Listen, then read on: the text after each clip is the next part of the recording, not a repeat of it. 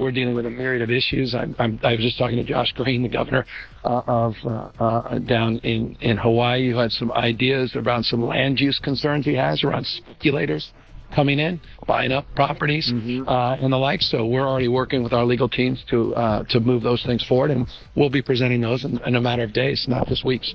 I'm just not a very emotional woman at all. No, you think much more like a dude than Gavin Newsom. Without question, he is more feminine than I am. 1,000%. And Candace Owens sits up straight with that famous grin on her face. Her eyes are staring right at the camera like she's found her target and is ready to aim. She looks like she's about to send a politician packing with just her words and a fearless look. And the person she's talking about? Gavin Newsom, the guy who runs California like it's some crazy internet challenge that went totally wrong. He's about to feel the burn.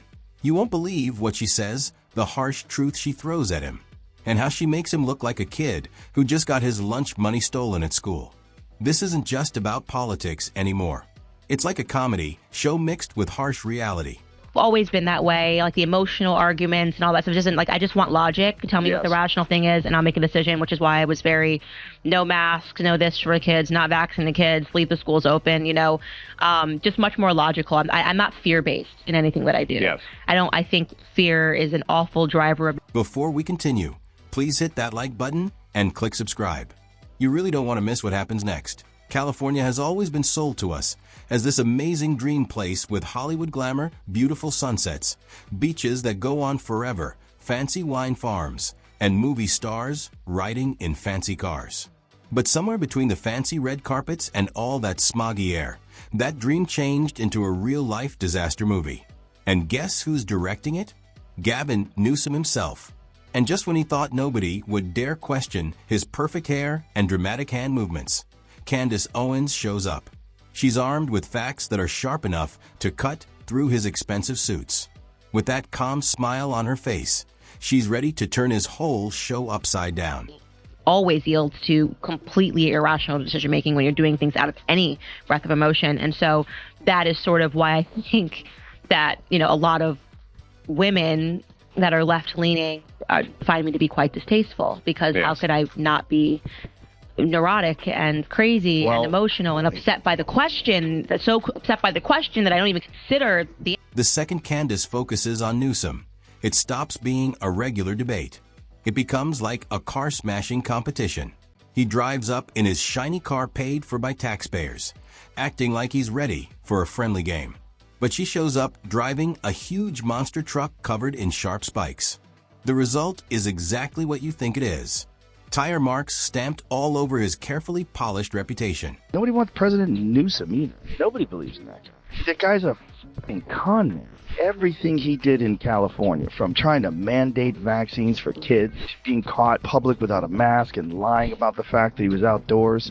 Nobody believes in that guy. He's just a politician. Just a stone-cold, narrative-driven politician. Nobody thinks he's a real human. Whether you like Trump or not, whether you think he's corrupt or not, that's a human being. You know what that guy is. Same thing with RFK Jr. Whether you believe that he's correct about vaccines or whether you believe his policies would be effective, and that's a human being. With Newsom, you've got like this construct, this cardboard cutout of a person. I don't think people want that, but they might want it more than they want President. Let's be real here.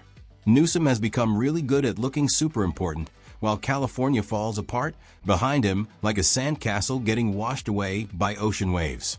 He walks into news conferences acting confident, like a man who thinks he's trying out to be president. Or maybe he thinks he's auditioning to be Ken in the next Barbie movie. Meanwhile, regular people are tripping over tents on the sidewalks, trying to avoid the chaos from constant stealing at Walgreens, and paying gas prices so crazy that they might as well ride a horse instead of driving. Gavin ponders why Dems lost. We lost. We lost the popular vote, and we lost the electoral vote. We got crushed. But Kennedy, I think the answer is yes, yes, yes, yes, yes, yes, yes, yes, yes. Is it because of Israel? Yes. Interest rates? Yes. Too woke? Yes. It's like every bad policy that trickled up to the White House during the Biden administration started in California. That state is responsible for the worst politicians in modern history. And he is at the top of the list. And there are some ignoramuses on that list. And Candace? She's not here to audition for anything. She's here to drag Gavin's work record through the dirt like a little kid spilling juice all over the living room carpet.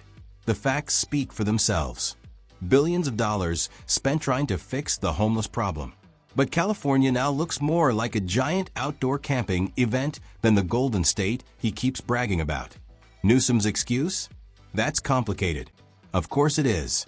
Especially when his idea of helping is throwing taxpayer money at endless meetings and advisors instead of actually helping the people sleeping on the streets. Their houses have been burned, all their childhood memorabilia, all their stuff for their kids, the photos, the fucking everything they have is gone. Man, heirlooms, their mother's wedding ring, that kind of shit, everything's burnt to the ground. And this guy's like standing in front of all this stuff, and he's got a smile on his face, and he's talking about land use. The development. The sidewalks in Los Angeles have basically become permanent outdoor hotels without bathrooms. And San Francisco now offers unofficial tours of its busiest outdoor drug markets. Candace points out this mess and says what everyone is thinking quietly. California isn't solving the homeless problem. It's spreading it around like some weird subscription service. And then there's the crime problem. The state where dreams used to come true now lets people steal up to $949 worth of stuff without getting in trouble. This turns stores into mini fortresses with toothpaste locked behind plastic barriers. Thieves treat Target like an all-you-can-grab buffet. Meanwhile, Newsom keeps smiling like everything is fine. He calls it reimagining justice, which really means letting criminals reimagine your living room as their new pawn shop. The guy who thinks he's going to run for president when, so much of the state is absolutely unlivable. And so every project that he's championed, he's now trying to demonize conveniently. And people are not that dumb. Like, people have been through it in his state. They are sick of him. They want him to leave. And maybe that's why so many people around him are like, totally run for president. So he gets out of the state. Yeah. Move away. California is tired of losing, and people who live there are rethinking everything. People are leaving faster than extras running from a canceled TV show. The state is shrinking while Texas and Florida keep growing. And it's not just because of barbecue or theme parks. Families are exhausted from paying super expensive rent just to step over needles on their way to their cars. Companies are leaving like it's the last helicopter out of a war zone. Candace doesn't just talk about people leaving. She turns it into a joke, saying California's shrinking population is now like the world's most expensive moving truck commercial. The funny part? Half the people leaving voted for the policies that ruined their state. Now they're carrying that same disaster recipe to Arizona, Texas, and Tennessee. Has made Gavin Newsom suddenly vulnerable to being recalled. Looked like Gavin Newsom was going to kind of cruise to a victory here and avoid the recall, but COVID might be changing things a little bit. Well, part of the reason I wrote the column was I am having a change of heart, and part of it is because last time I was on Glenn Beck's show with you, Glenn asked me, and I said that I didn't think that the recall was going to win.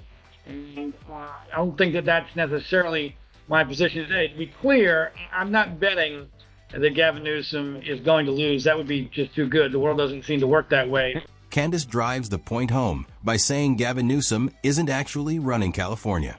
He's auditioning for the White House. Every speech, staged photo, and smug smile is part of a campaign he pretends doesn't exist. Meanwhile, his state runs out of water and electricity as he keeps fixing his hair and blaming Texas for every problem. This is where Candace turns California into proof, laying out a warning for the whole country. Sky-high taxes, crumbling roads, exploding homelessness, and green energy dreams that still need fossil fuels just to keep the lights on. She argues that California is what happens when style beats substance and speeches replace real solutions. Newsom keeps acting like America's cool uncle, but Candace reminds everyone that charm alone can't fix potholes. Well, in a kind of reptilian way. I mean, charming in the sense that his whole life is devoted to winning people over. Yes, yeah. Kind of like Bill Clinton was, and I think he's good at it. But I also think, someone said to me the other day, Newsom could pass a lie detector test on saying anything. Like there's a coldness inside. He's a sociopath. I think he's a snake oil salesman. I think he's a liar, and I think that he destroyed the state of California. Full stop. I've got no love for Gavin. The audience can't look away because this isn't just politics. It's a full show.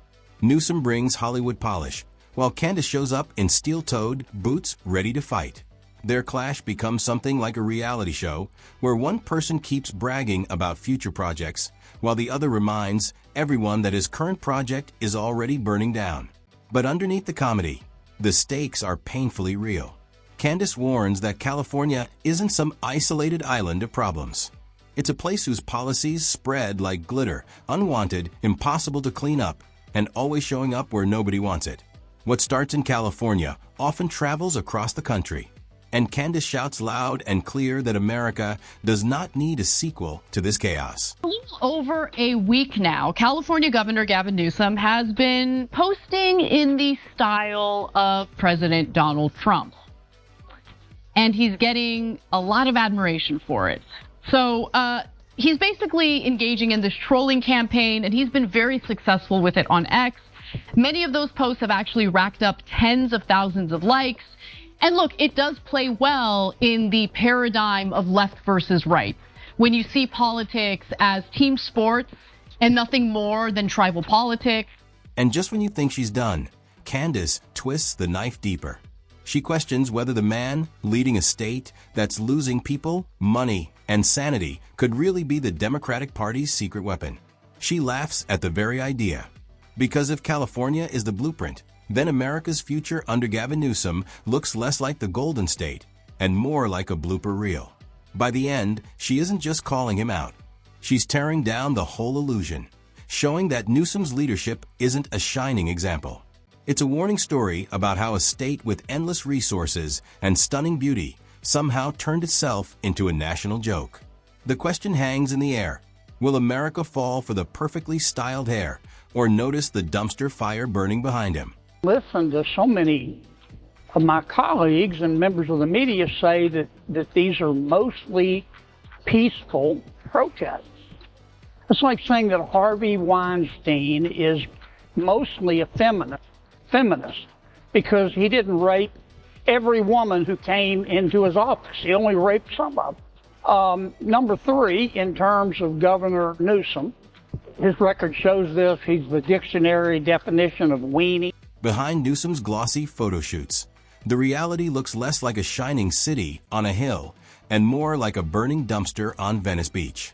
Yes, the state's economy is massive, but so are the debts, the suffocating rules, and the crowds of people sleeping in tents just a block away from coffee shops charging $9 for a latte. Candace doesn't just poke holes in this picture. She swings a sledgehammer. She points to a state where Hollywood stars need private security just to pick up their mail, where moms carry pepper spray to buy groceries, and where small businesses treat theft like a normal business expense. The homelessness crisis reads like an ongoing parody. Billions spent, endless promises. Yet the streets stay filled with tents and suffering. Any message from you to Governor Newsom or Karen Bass tonight? Spend less on hair gel.